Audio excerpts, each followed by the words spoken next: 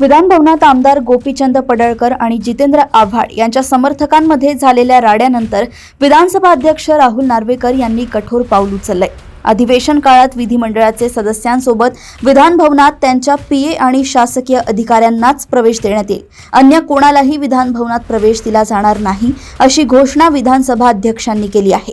विधान भवनाची प्रतिष्ठा राखण्याची जबाबदारी सगळ्या सदस्यांची असल्याचं म्हणत विधानसभा अध्यक्ष नार्वेकर यांनी उपस्थित आमदारांचे कान टोचले आहेत।